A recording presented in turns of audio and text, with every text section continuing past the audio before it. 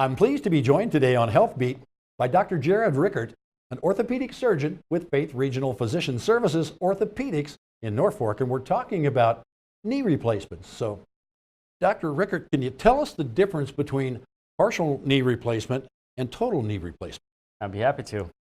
To explain the difference, I brought a model to show you. We'll start with the partial knee replacement. And what this is indicated for is if you have arthritis of one area of the knee. So on this model, this particular individual would have had arthritis on the inside of their knee. Okay?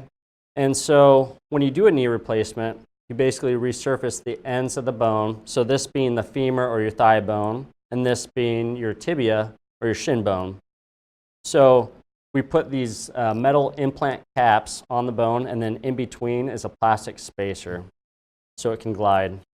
Okay? The idea of this is that there's less blood loss, there's less surgical dissection, and patients tend to recover a lot quicker. And it can be done as either a same day or a one-night operation.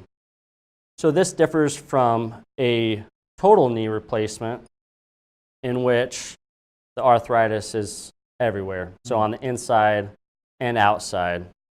And so again, showing the metal cap, the metal implant that goes inside that shin bone, and the plastic spacer in between.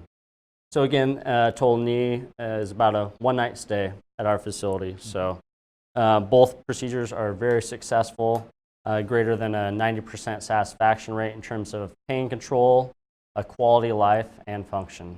Fantastic. Well, thanks for bringing those in. Yes. I'm sure our listeners will appreciate it. Yes, All right, thank you you very much. And that's Health Beat, brought to you by Faith Regional Physician Services.